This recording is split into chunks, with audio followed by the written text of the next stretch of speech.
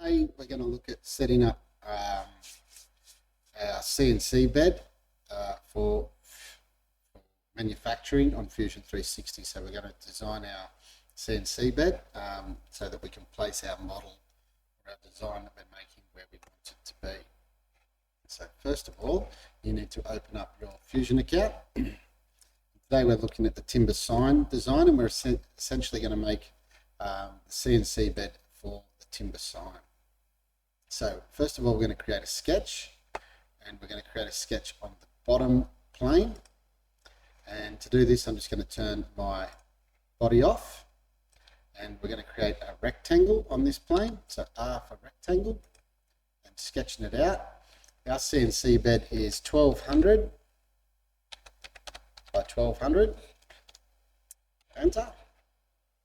And now we need to place the points. So we essentially have heaps of bolt down points on our CNC bed. So we're just going to place and locate all of those bolt down points. So we're just here going to go to create a point.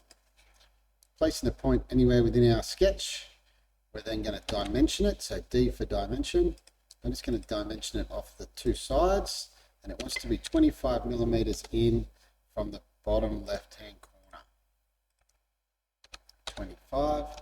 Enter.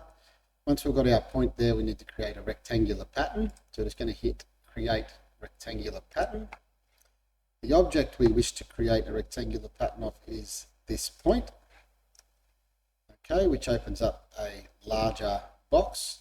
We can drag it out here both ways so we can see how it's going to work, but essentially we wish to make sure this distribution here is on spacing, and we wish to have 24 points 50 millimeters apart, and we want that to go both ways. Pressing OK, you can see now that we have our CNC bed with all the bolt down points mapped. Hit finish sketch. You can turn on your body again, which should be laid out on your CNC bed.